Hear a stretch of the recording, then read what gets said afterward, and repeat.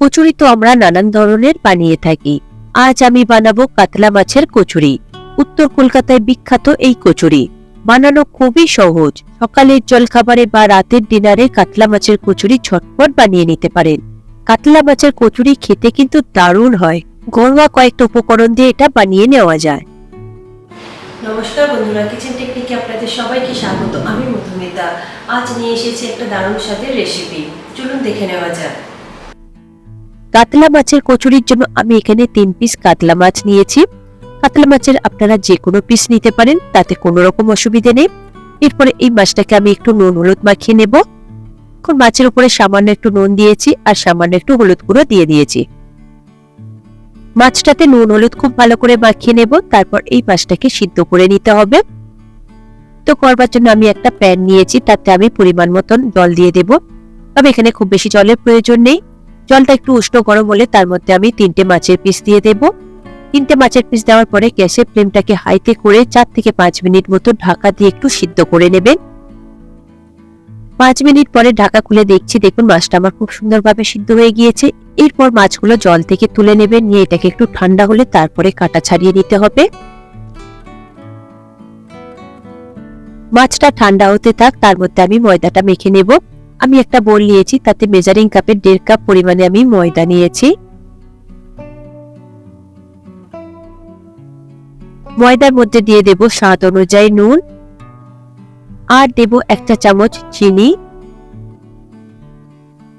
আর দেব 2 চা চামচ সাদা তেল। এরপর ময়দাটাকে খুব ভালো করে ময়ান দিয়ে দেবেন। খুব সুন্দরভাবে একটু ঘষে ঘষে দেবেন, তাহলে তেলের তলা ভাবটা থাকবে না। ময়ানটা পারফেক্ট দেওয়া হয়েছে সেটা বোঝবার জন্য আপনারা মুঠোর মধ্যে ময়দাটাকে নেবেন। ময়দাটা যদি মুঠোর মধ্যে দলা পাকিয়ে যায়, তারপর আঙুলের চাপে যদি ভেঙে যায় ঝুরঝুরে হয়ে, তাহলে বুঝবেন যে ময়দাটা পারফেক্ট ভাবে ময়ান দেওয়া হয়েছে।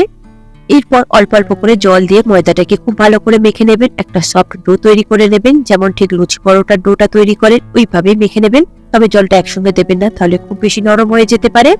অল্প অল্প করে দিয়ে এটাকে খুব সুন্দরভাবে মেখে নিন।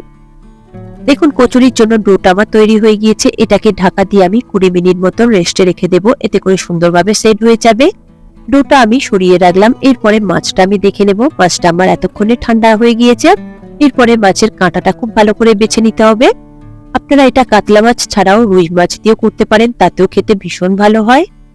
তবে মাছের কাঁটাটা আপনারা খুব ভালোভাবেই বাছবেন, যেন কোনো রকম কাঁটা না থেকে যায় মাছের মধ্যে।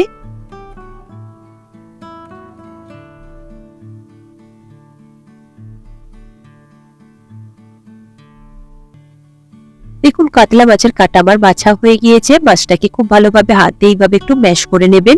এরপর মাছের পুরটাকে আমি রেডি করে নেব। তার জন্য একটা ফ্রাই প্যান নিয়েছি, তাতে আমি দিয়ে দেব 2 চা চামচ সরষের তেল।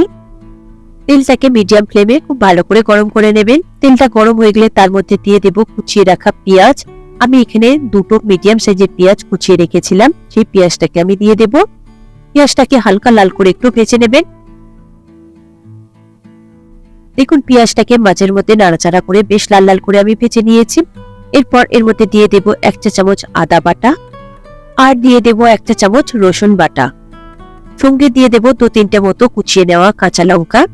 এরপরে খুব ভালো করে লো ফ্লেমে এটাকে কষিয়ে নেব, যাতে আদা রসুনের কাঁচা গন্ধটা না থাকে। দেখুন আদা রসুনটা খুব ভালো করে কষানো হয়ে গিয়েছে। এর মধ্যে দিয়ে দেব স্বাদ অনুযায়ী নুন, দেব 1/2 চা চামচ হলুদ গুঁড়ো, দেব 1 চা চামচ ভাজা জিরের গুঁড়ো, দেব 1 চা চামচ ধনে গুঁড়ো, কালারের জন্য দেব 1/2 চা চামচ কাশ্মীরি লঙ্কার গুঁড়ো। গ্যাসের ফ্লেমটাকে লোতে করে এটাকে খুব ভালো করে মিশিয়ে নিতে হবে। 2 থেকে 3 মিনিট মতো খুব ভালো করে একটু কষিয়ে নেবেন। দেখবেন মশলা থেকে তেলটা ছাড়তে শুরু করে দেবে। মশলা থেকে তেল ছেড়ে দিলে এর মধ্যে দিয়ে দেব কাঁটা বেছে রাখা মাছটা। কাতলা মাছ দেওয়ার পরে খুব ভালো করে এটাকে কষিয়ে নিতে হবে মশলার সাথে। তবে এই সময় গ্যাসের ফ্লেমটাকে আপনারা লোতে রাখবেন।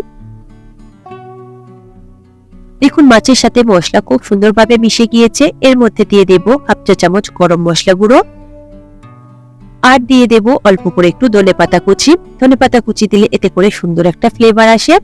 দেওয়ার পরে লো ফ্লেমে খুব ভালো করে আরো একবার মিশিয়ে নেব। দেখুন খুব ভালো করে মিশিয়ে নিয়েছি। মাছটাকে একদমই ড্রাই করে নেবে। তবে স্বাদ অনুযায়ী আমি অল্প করে একটু চিনি দিয়ে দেব। তবে চিনিটা আপনারা অপশনাল নাও দিতে পারেন, তবে চিনি দিলে সুন্দর একটা টেস্ট আসে। দেখুন মাছটাকে একটু শুকনো করে নিয়েছি যেন রসালো ভাব না থাকে। মাছটা যখন একটু ড্রাই হয়ে আসবে সেই সময় গ্যাসের ফ্লেমটাকে বন্ধ করে দেবেন, দিয়ে এটাকে একটা পাত্রের মধ্যে ঢেলে ঠান্ডা করে নেবেন। দেখুন একটা বোলের মধ্যে আমি নিয়েছি, নিয়ে এটাকে ঠান্ডা হতে দেব। ঠান্ডা হলে তবেই এটা ব্যবহার করবেন। মাছটা ঠান্ডা হতে থাক, ততক্ষণ আমি ময়দার ডোটাকে আমি একটু আরো একবার মেখে নেব, নিয়ে এটাকে লেচি তৈরি করে নেব। দেখুন ডোটাকে আমি খুব ভালো করে সফট করে আরো একবার মেখে নিলাম। মেখে নেওয়ার পরে এটাকে একটু ছোট ছোট আকারে লেচি কেটে নেবেন, তবে খুব বেশি বড় লেচি কাটবার প্রয়োজন নেই। দেখুন আমার সমস্ত লেচি কেটে নিয়েছি। এরপরে লেচিগুলোকে দুটো হাতে চাপে একটু ভালো করে গোল করে নেবেন, তবে হাতে আর সামান্য একটু তেল লাগিয়ে নেবেন। দেখুন সমস্ত লেচি আমার গোল করা হয়ে গিয়েছে। এরপর এই লেচির মধ্যে পুরটাকে ভরে নেব। মাছের পুর ঠান্ডা হয়ে গিয়েছে, তার মধ্যে দেখুন একটা লেচি নিয়েছি। লেচিটাকে আপনারা দুটো হাতের আঙুলের চাপের সাহায্যে এইভাবে একটা বাটি শেপ দিয়ে নেবেন। মাঝখানটা আপনারা মোটা রাখবেন আর সাইডের কানাগুলোকে একটু পাতলা করে নেবেন।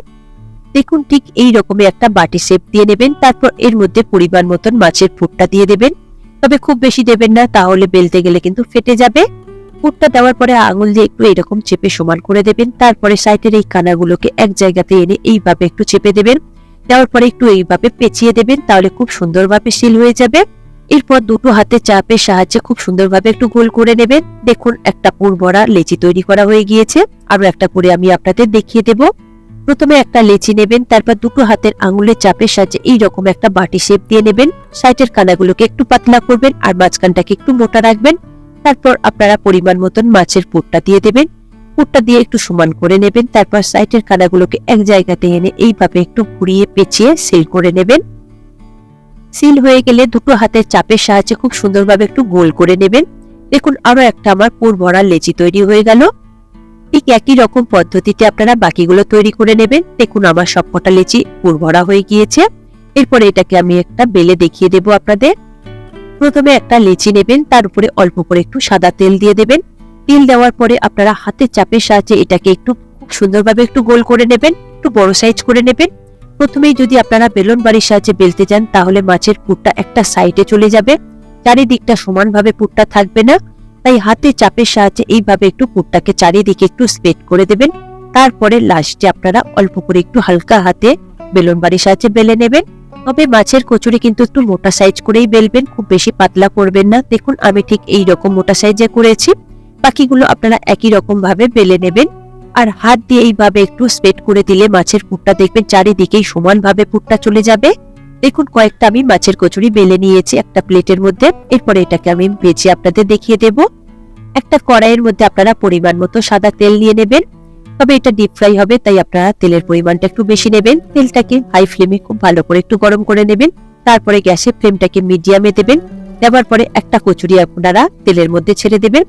তেলের মধ্যে ছেড়ে দেওয়ার পরে খুন্তির সাহায্যে মাঝখানটা এইভাবে একটু নাড়াতে থাকবেন, দেখবেন খুব সুন্দরভাবে ফুলে যাবে। আর যখনই হালকা করে একটু ফুলতে শুরু করবে তখন হালকা ভাবে একটু চাপ দিতে থাকবেন, তাহলে দেখবেন পুরো দিকটাই খুব সুন্দরভাবে গোল হয়ে যাবে। যখনই গোল হয়ে যাবে তখনই এটাকে উল্টে দেবেন, দিয়ে আরেকটা সাইড খুব ভালো করে লাল লাল করে ভেজে নেবেন। তবে এই সময় গ্যাসের ফ্লেমটাকে কিন্তু আপনারা মিডিয়ামেই দেবেন।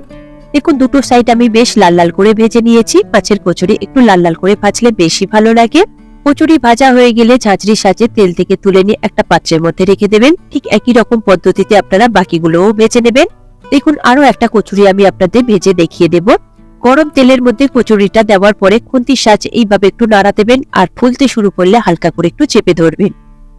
তারপরে উল্টে পাল্টে দুটো সাইড বেশ লাল লাল করে ভেজে নেবেন। তারপর তেল থেকে তুলে নিয়ে একটা প্লেটের মধ্যে এটাকে পরিবেশন করে নেবেন। দেখুন সমস্ত কচুরি আমার ভাজা হয়ে গিয়েছে। দেখুন কত সুন্দরভাবে কচুরিগুলো ফুলেছে আর কালারটা কত সুন্দর এসেছে। তবে কচুরি কিন্তু এই রকম একটু লাল লাল করে ভাজলে বেশ ভালো লাগে খেতে, সাদা সাদা লুচির মতো থাকলে কিন্তু ভালো লাগে না। তাই কচুরিটা আপনারা এই রকম ভাবে বেছে নেবেন। তারপরে কচুরিটা আমি আপনাদের কেটে দেখিয়ে দেব যে মাছের পুরটা সব দিকটাই কত সুন্দরভাবে রয়েছে, সমানভাবে রয়েছে। দেখুন কচুরিটা কতটা সুন্দর সফট হয়েছে, কত সহজেই কেটে যাচ্ছে। আর মাছের পুরটা দেখুন পুরো চারিদিকে একদম কোনায় কোনায় সমানভাবে রয়েছে, কোথাও বেশি কিংবা কোথাও কম নেই, সব দিকটা সমানভাবে রয়েছে।